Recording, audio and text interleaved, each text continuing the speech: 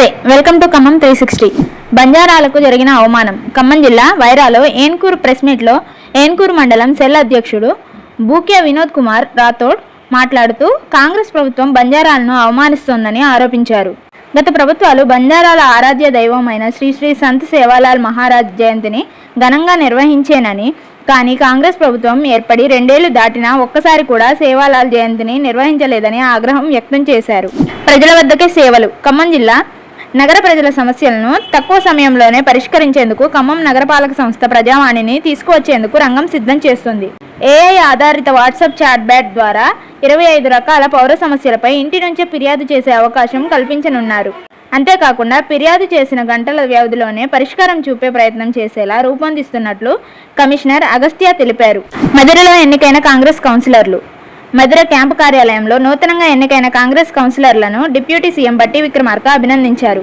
ప్రజల విశ్వాసాన్ని నిలబెట్టుకుంటూ పారదర్శకత్వంతో ప్రజా సమస్యలను పరిష్కరించాలని ఆయన సూచించారు. పట్టణ అభివృద్ధి, మౌలిక వసతులు, పారిశుద్ధ్యం, తాగునీరు వంటి అంశాలపై అందరూ దృష్టి సారించాలని, ప్రజలకు అందుబాటులో ఉంటూ కృషితో మధురను అభివృద్ధి చేయాలని ఆయన మార్గనిర్దేశం చేశారు.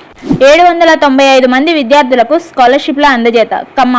ఖమ్మం భద్రాద్రి కొత్తగూడెం జిల్లాకు చెందిన ఉన్నత విద్యను అభ్యసిస్తున్న 795 మంది విద్యార్థులకు ఖమ్మం డయోసిస్ సోషల్ సర్వీస్ ఆధ్వర్యంలో స్థానిక బాలజ్యోతి రెడీమేడ్ స్కూల్లో జరిగిన కార్యక్రమంలో బిషప్ డాక్టర్ సగిలి ప్రకాష్ ఆర్థిక చేయూతను అందించారు. ఈ సహాయం వారి ఉన్నత విద్యకు తోడ్పడాలని ఆయన తెలిపారు.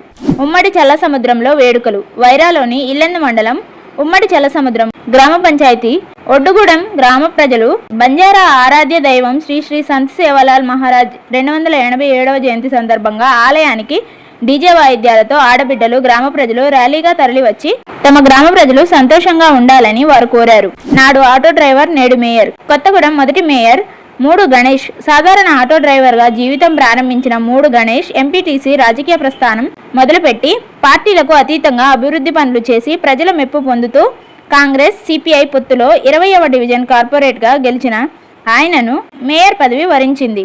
కారణం మున్సిపాలిటీ నుంచి కార్పొరేషన్గా కొత్తగూడెం మారడం. ప్రియురాలి నిరసన. బూర్గంపాడు మండలానికి చెందిన యువతి ముత్యాలగూడెం గ్రామానికి చెందిన పగిళ్ల మనోజ్ గత కొంతకాలంగా ప్రేమించుకుంటున్నారు. అతను ఆ యువతిని పెళ్లి చేసుకుంటానని చెప్పి ఇప్పుడు నిరాకరించడంతో ప్రియుడు ప్రేమించి మోసం చేశాడంటూ మనోజ్ ఇంటి ముందు ప్రియురాలు, ఆమె కుటుంబ సభ్యులు నిరసన తెలిపారు.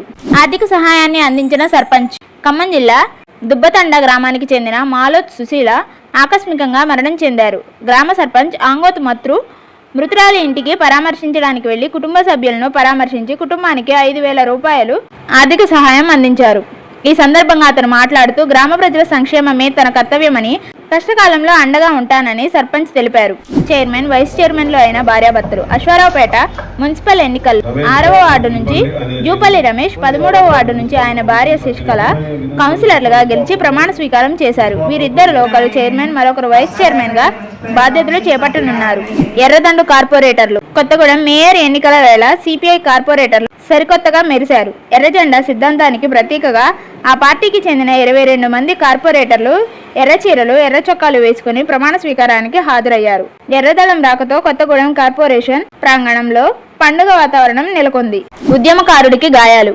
ఖమ్మం ఏదులాపురం మున్సిపాలిటీ పరిధిలోని ఆటోనగర్లో నివాసం ఉంటున్న తెలంగాణ ఉద్యమకారుడు బత్తుల సోమయ్య ఇంటి నుంచి కూసుమంచి వెళ్తుండగా లోకేతండ క్రాస్ రోడ్ వద్ద ఆయన కారు ద్విచక్ర వాహనాన్ని ఢీకొట్టడంతో అదుపు తప్పిన కారు చెట్టుకు ఢీకొట్టింది. ఈ ప్రమాదంలో బత్తుల సోమయ్య, ఆయన భార్యతో పాటు ద్విచక్ర వాహనంలో ప్రయాణిస్తున్న దంపతులకు కూడా గాయాల పాలయ్యారు. దీంతో అందరినీ ఆసుపత్రికి తరలించారు. ఘోర రోడ్డు ప్రమాదం. ములకల్పల్లిలో వేగంగా వెళ్తున్న లారీ డివైడర్ను ఢీకొట్టింది. ఈ ఘటనలో డ్రైవర్కు స్వల్ప గాయాలయ్యాయి. ఇది ఇలా ఉండగా డివైడర్ నిర్మాణ పనులు జరుగుతున్న ప్రాంతంలో హెచ్చరిక బోర్డులు లేకపోవడమే ఈ ప్రమాదానికి కారణమని స్థానికులు ఆరోపిస్తున్నారు. రేణుకా చౌదరికి నోటీసులు.